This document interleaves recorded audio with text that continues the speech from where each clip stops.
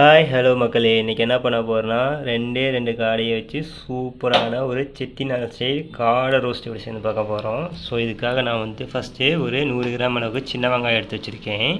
So இது கூடவே ஒரு மீடியம் சைஸ் தக்காளி வச்சுருக்கேன். இதில் நம்ம பாதி தான் யூஸ் பண்ண போகிறோம். ஸோ இது கூடவே பார்த்திங்கன்னா இஞ்சி பூண்டு பேஸ்ட்டு வச்சுருக்கேன். ப்ளஸ் இதுக்கு மசாலா ஒன்று ஸ்பெஷலாக அரைக்க போகிறோம். ஸோ அதுக்காக பார்த்தீங்கன்னா ஒரு 1/4 ஸ்பூன் அளவுக்கு பெருஞ்சீரகம் வச்சுருக்கேன். 3 கலருக்காக காஷ்மீரி சில்லி வச்சுருக்கேன், முழு சில்லி.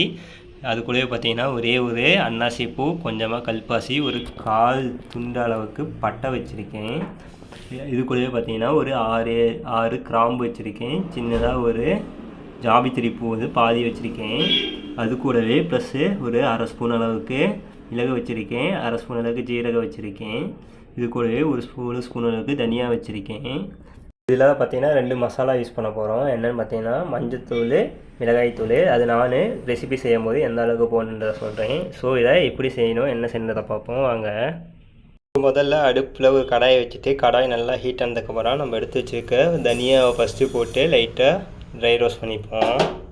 ஃபஸ்ட் எடுத்தோன்னா மல்லியை போட்டுட்டு லைட்டாக மல்லியை வந்துட்டு வெடிக்கணும். ஸோ அந்த அளவுக்கு இதை ஃபஸ்ட்டு ட்ரை ரோஸ்ட் பண்ணணும். ஏன்னா மல்லி வந்துட்டு உங்களுக்கு ரோஸ்ட் ஆகிறதுக்கு கொஞ்சம் டைம் ஆகும். அதுக்காக தான் இதை ஃபஸ்ட்லேயே போடுறோம். ஸோ இந்த மாதிரி போட்டுட்டு ஃபஸ்ட்டு இதை நல்லா ட்ரை ரோஸ்ட் பண்ணி எடுத்துப்போம். ஸோ எல்லாமே ஒட்டுக்காக தான் போட போகிறோம். ஆனால் ஃபஸ்ட்டு வந்துட்டு மல்லியை தான் போட்டு ரோஸ்ட் பண்ணணும். மல்லி வந்துட்டு ரோஸ்ட் ஆயிடுச்சு. ஸோ அடுத்து இது கூட நம்ம எடுத்து வச்சுருக்க பட்டையும் அன்னாசி பூவும் ஃபஸ்ட்டு போட்டுட்டு அடுத்தது போட்டுட்டு இதையும் வந்துட்டு லைட்டாக ரோஸ்ட் பண்ணிப்போம். ஸோ இதெல்லாம் பண்ணும்போது வந்துட்டு அடுப்பு வந்துட்டு ஸ்லோ ஹீட்டில் தான் இருக்கணும், ஸ்லோ ஃப்ளேமில் தான் இருக்கணும். ஸோ அதை மட்டும் கரெக்டாக பார்த்துக்கோங்க. இந்த மசாலா வந்துட்டு சீக்கிரம் உங்களுக்கு கருக சான்சஸ் இருக்குது.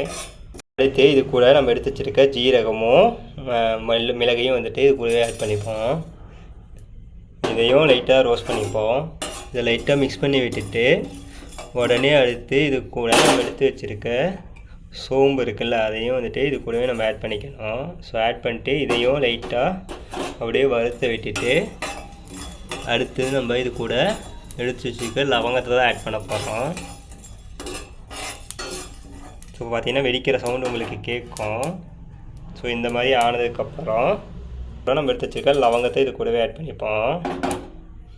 ஸோ இதையும் லைட்டாக அப்படியே வறுத்துப்போம். அது கூடயே இப்போ வரைக்கும் நான் வந்துட்டு என்ன பண்ணியிருக்கேன்னா ஸ்லோ ஃப்ளேமில் தான் வச்சுருக்கேன். ஸோ அதே ஸ்லோ ஃப்ளேமில் தான் வச்சு வறுக்கணும் இதை. ஸோ அப்போ தான் உங்களுக்கு ஈவனாக எல்லாமே ரோஸ்ட் ஆகி வரும். ஏன்னா இது ஒன்று வந்துட்டு பெருசாகவும் ஒன்று சின்னதாக இருக்கும் ஸ்பைசஸை பொறுத்த வரைக்கும். ஸோ அதுக்காக தான் ஸ்லோ ஃப்ளேமில் வச்சு ட்ரை ரோஸ்ட் பண்ண சொல்கிறது. கடைசியாக நம்ம எடுத்து வச்சுருக்க வரமிளகாயும் இது கூடவே ஆட் பண்ணிவிட்டு ப்ளஸ் இது கூடவே நம்ம எடுத்து வச்சுருக்க கல்பாசி, ஜாவித்ரி இதையும் இது கூடவே ஆட் பண்ணிவிட்டு இதையும் லைட்டாக ட்ரை ரோஸ்ட் பண்ணிவிட்டு அடுப்பு ஆஃப் பண்ணி இதை மசாலா அரைச்சிப்போம். ஸோ இதை லைட்டாக இந்த மாதிரி மிக்ஸ் பண்ணி விடுவோம் இது கூடயே. ஸோ இந்த ஸ்பைசஸ்லாம் உங்களுக்கு வறுபடும் போது அவ்வளோ சூப்பரான ஃப்ளேவர் வந்துட்டு கிடைக்கும். ஸோ நான் சொன்ன குவான்டிட்டியில் கரெக்டாக போட்டிங்கன்னா 2 காடை, அதாவது அரௌண்ட் 300 கிராம் கிட்ட வரும். 300 கிராமுக்கு மேலே வந்தாலும் கம்மியாக போகாது. ஸோ அந்த இதுக்கு இது கரெக்டாக இருக்கும். ஸோ இதை லைட்டாக வறுத்துட்டு அடுப்பை மட்டும் நம்ம ஆஃப் பண்ணிப்போம். ஆற வச்சுட்டு இதை நல்லா பவுடர் ஆக்கிக்கணும். இதுதான் இதோட ஃபஸ்ட்டு ஸ்டெப்பு. ஸோ பார்த்தீங்கன்னா தெரியும் ஸ்பைசஸ்லாம் உங்களுக்கு நல்லா வறுபட்டுருச்சு. ஸோ நான் வந்து அடுப்பு ஆஃப் பண்ணிவிட்டு இதை நல்லா பவுடர் ஆக்கி எடுத்துப்போம். இதுதான் மெயின் பவுடர் இதுக்கு. ஸோ இதை கரெக்டாக வறுத்துட்டா நம்ம டிஷ் வந்துட்டு மேக்ஸிமம் கரெக்டாக வந்துடும். இப்போ அடுப்பில் அதே கடாயை வச்சுட்டு அந்த கடாய் நல்லா ஹீட் ஆனதுக்கப்புறம் ஒரு 2 ஸ்பூன் அளவுக்கு கீ இருந்தால் கீ மட்டும் ஆட் பண்ணிக்கோங்க. கீ இல்லாத பட்சத்தில் நம்ம இதுக்கு வந்துட்டு நார்மல் ஆயில் கூட யூஸ் பண்ணலாம். ஸோ இது ஆட் பண்ணிவிட்டு ஃபஸ்ட்டு இது நல்லா ஹீட் ஆகட்டும். ஸோ இப்போ பார்த்தீங்கன்னா கீ வந்துட்டு நல்லா ஹீட் ஆகிடுச்சு. ஸோ இது கூட ஒரு 1/4 ஸ்பூன் அளவுக்கு பெருஞ்சீரகம் ஆட் பண்ணிப்போம். ஒன்ஸ் இந்த பெருஞ்சீரகம் பிடிச்சதுக்கப்புறம் நம்ம எடுத்து வச்சுருக்க வெங்காயத்தை இந்த மாதிரி இடிச்சிட்டு தான் யூஸ் பண்ண போகிறோம். ஸோ இடித்தா சின்ன வெங்காயத்தை இது கூட ஆட் பண்ணிப்போம்.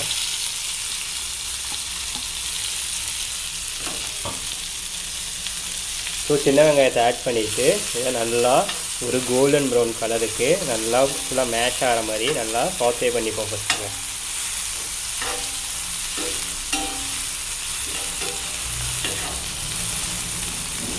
ஸோ ஸோ சின்ன வெங்காயம் சாரும்போது அவ்வளோ சூப்பராக இருக்கும். கண்டிப்பாக ட்ரை பண்ணி பாருங்கள். ஸோ இதை ஃபஸ்ட்டு நல்லா ஒரு கோல்டன் ப்ரௌன் டெக்ஸ்சருக்கு நல்லா இதை சாத்தே பண்ணிப்போம்.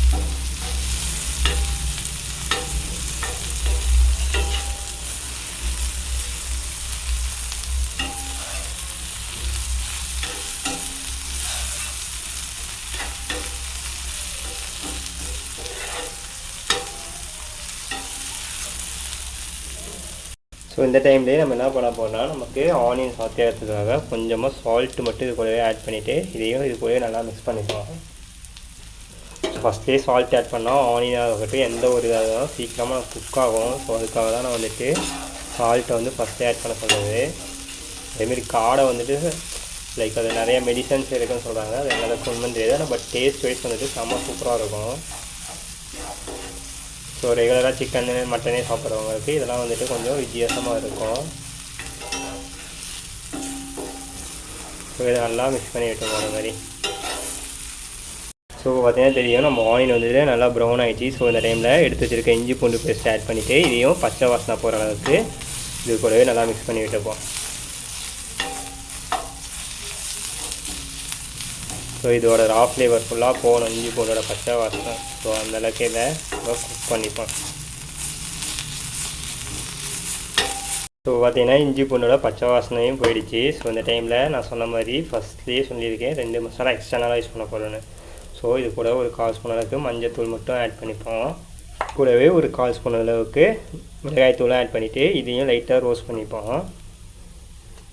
ஸோ உங்கள் செட்டில் ஸ்பைசி தான் வேணும்னு நினைக்கிறவங்க 1/4 ஸ்பூன் ஆட் பண்ணினாலே கரெக்டாக இருக்கும். ஸோ இதையும் இப்போ வெங்காயத்தை போய் நல்லா மிக்ஸ் பண்ணிட்டு இருப்போம். லைக் மசாலாவோட பச்சை வாசனை வந்துட்டு ஃபுல்லாக போகணும். ஸோ அந்த அளவுக்கு இதையும் இந்த மாதிரி ஃபுல்லாக இதை கூடவே மிக்ஸ் பண்ணிப்போம். நான் ஃபஸ்ட்டே சொன்ன மாதிரி இதுக்கு ஒரு 1/4 டொமேட்டோ மட்டும் தான் யூஸ் பண்ண போகிறோம். ஸோ அந்த டொமேட்டோவும் இப்போ இது கூடவே ஆட் பண்ணிவிட்டு இதையும் இது கூடவே மிக்ஸ் பண்ணிப்போம். மற்ற இதெல்லாம் வந்துட்டு நான் மீட்டை போட்டதுக்கப்புறம் தான் டொமேட்டோ ஆட் பண்ணுவேன். பட் இதில் வந்துட்டு நம்ம முன்னாடியே ஆட் பண்ணணும். ஸோ இதையும் லைட்டாக சாத்தே பண்ணிப்போம். லைக் ஒரு ஜென்டில் மிக்ஸ் விட்டு ஒரு 30 செகண்ட்ஸ் சாத்தே பண்ணினாலே போதும்.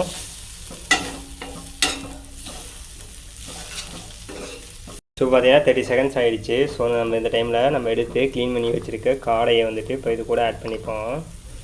ஸோ இது மாதிரி காடையை வந்துட்டு இது கூட ஆட் பண்ணிவிட்டு லைட்டாக இதையும் மசாலா கூட ஒன்று சேர மாதிரி நல்லா மிக்ஸ் பண்ணி விட்டுருப்போம்.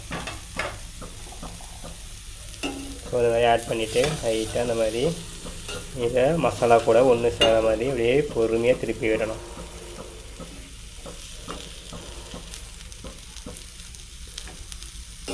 இந்த மாதிரி ரொட்டேட் பண்ணி விட்டுட்டு லைக் சிக்கனை எந்த அளவுக்கு நம்ம ரோஸ்ட் பண்ணுவோமோ அதேமாரி இதையும் லைட்டாக ட்ரை ரோஸ்ட் ஆக்கிட்டு கடைசியாக தான் வாட்டரும் நம்ம வறுத்தரைச்ச மசாலாவையும் ஆட் பண்ணி மிக்ஸ் பண்ணணும். ஸோ முன்னாடியே வந்துட்டு இதை வந்துட்டு ஆட் பண்ணிடக்கூடாது.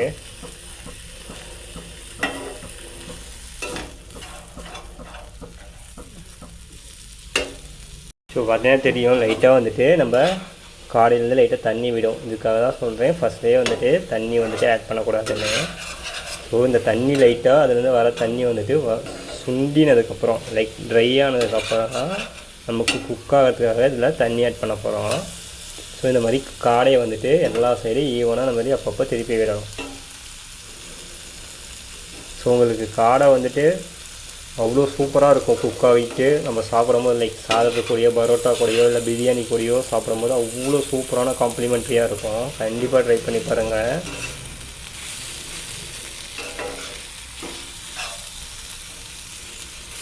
இப்போ பார்த்தீங்கன்னா தெரியும் காடை வந்துட்டு குக்காக வந்து லைட்டாக நமக்கு வந்துட்டு வாட்டர் வந்து ரெடியூஸ் ஆகும். ஸோ இந்த மாதிரி நல்லா வாட்டர்லாம் ஓரளவுக்கு ரெடியூஸ் ஆனதுக்கப்புறம் பார்த்தீங்கன்னா தெரியும் காடையே நமக்கு ஆல்மோஸ்ட் லைட்டாக ட்ரை ரோஸ்ட் ஆகிடுச்சு. ஸோ இந்த டைமில் என்ன பண்ண போகிறோம்னா நம்ம அரைச்சி வச்சுருக்க ஸ்பெஷல் மசாலா இருக்குல்ல, ஸோ அதை வந்துட்டு இப்போ காடை கூடயே ஃபுல்லாக ஆட் பண்ணிவிட்டு லைட்டாக மிக்ஸ் பண்ணிவிடுவோம். ஸோ நம்ம இது கூட வேறு எந்த ஒரு மசாலா ஆட் பண்ணலை. ஸோ அதனால தான் நான் சொன்ன குவான்டிட்டியில் கரெக்டாக போட்டு அரைச்ச ஃபுல் மசாலாவும் வந்துட்டு இது கூடவே ஆட் பண்ணியிருக்கோம். ஸோ எக்ஸ்ட்ரலாக பார்த்தீங்கன்னா சொன்ன மாதிரி மிளகாய் தூளும் மஞ்சள் தூள் மட்டும்தான் ஆட் பண்ணியிருக்கோம். ஸோ அதனால் நம்ம அரைச்ச மசாலா இதுக்கு வந்து கரெக்டாக இருக்கும். ஸோ அதை ஃபுல்லாக இந்த மாதிரி ஆட் பண்ணிவிட்டு இதை நல்லா அப்படியே மிக்ஸ் பண்ணி விட்டுப்போம். ஸோ நல்லா லைட்டாக மிக்ஸ் பண்ணி இதையும் லைட்டாக கொஞ்சம் ட்ரை ஆக விட்டுட்டு அதுக்கப்புறம் தான் இது கூட வாட்டர் ஆட் பண்ணணும். ஸோ பார்த்திங்கன்னா லைட்டாக ட்ரை ஆகிடுச்சு, மசாலாவோட இந்த இதுவும் போயிடுச்சு. ஸோ இப்போ என்ன பண்ண போகிறோன்னா காடை குக் ஆகிறதுக்காக நமக்கு இப்போ லைட்டாக மேலே மட்டும்தான் ரோஸ்ட் ஆகிருக்கு. ஸோ அதனால் உள்ள வரைக்கும் குக் ஆகிறதுக்காக வாட்டர் மட்டும் இது கூட ஒரு டம்ளர் அளவுக்கு ஆட் பண்ணிவிட்டு லைட்டாக அந்த மாதிரி மிக்ஸ் பண்ணி விட்டுட்டு நல்லா இதை கொதிக்க விடுவோம் ஒரு 5 to 6 மினிட்ஸ்க்கு மேலே.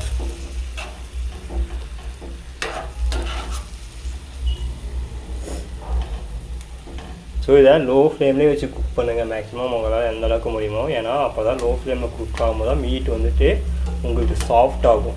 ஹை ஃப்ளேமில் போட்டு நீங்கள் எந்த அளவுக்கு குக் பண்ணாலும் தண்ணி தான் ஊற்ற ட்ரை ஆகுமே தவிர உங்களுக்கு மீட் வந்துட்டு ஃபுல்லாக குக் ஆகிறதுக்கு டைம் எடுக்கும். தண்ணி அதிகமாக ஊற்றி கேஸ் கன்சப்ஷன் கூட ஆரம்பமாக தான் இருக்கும்.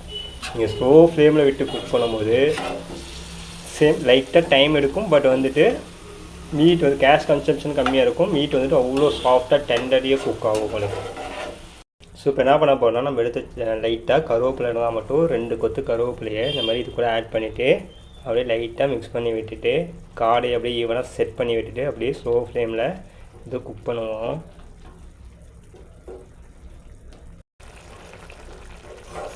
அப்பப்போ இடையில மட்டும் இந்த மாதிரி லைட்டாக மிக்ஸ் பண்ணி விடணும். அதை மட்டும் மறந்துடாதீங்க, ஏன்னா விட்டால் நமக்கு அடியில் வந்துட்டு செட் ஆகி அடி பிடிக்கிறதுக்கான சான்சஸ் வந்து ரொம்ப அதிகம்.